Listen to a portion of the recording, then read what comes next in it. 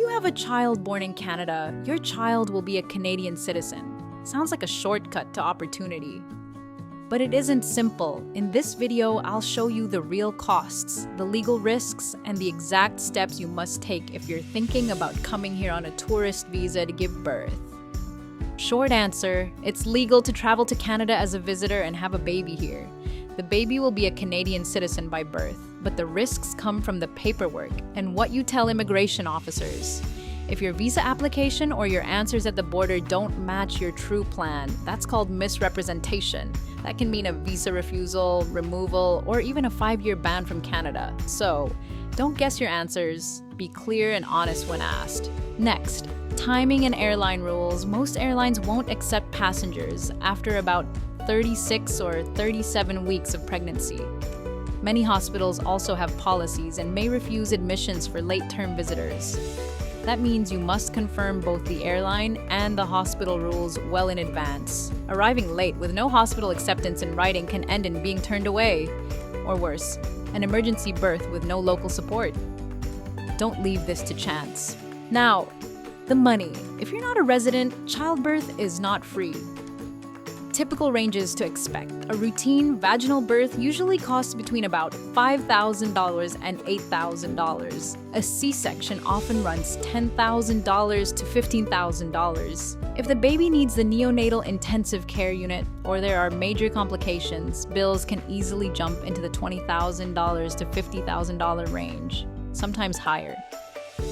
On top of delivery fees, there are hospital room charges, pediatric tests, medications, and follow-up visits. Some hospitals require a deposit up front, often several $1,000s. Plan money, not hope. A safe planning range is $25,000 to $40,000, and if you want a conservative buffer, think $50,000 or more. Insurance is critical. Many travel insurance plans exclude pregnancy-related care or have strict time limits. If you buy insurance, make sure it explicitly covers childbirth and newborn emergencies. Read the fine print. Look for waiting periods, exclusions for pre-existing conditions, and whether delivery itself is covered. Buy maternity coverage early, not the week you're boarding the plane. Some insurers won't cover a pregnancy already near term. Find a hospital and a doctor, and get confirmation in writing. Call the hospital directly and ask, do you accept international self-pay patients? What deposit do you require? Which obstetricians or midwives will accept a non-resident? Ask them to email their policy or give you a formal letter. Without that written proof, you can arrive and discover there's nowhere to register you. That's a disaster you can prevent. At the border, be careful what you say. Don't volunteer information unless an officer asks. If asked directly, answer truthfully. Carry documentation, bank statements showing you can pay, proof of medical insurance, or a deposit receipt from a hospital, and a return ticket.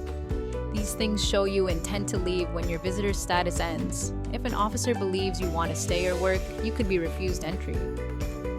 Let's talk about the hospital experience briefly. As a self-pay patient, you may be asked for a large deposit to register.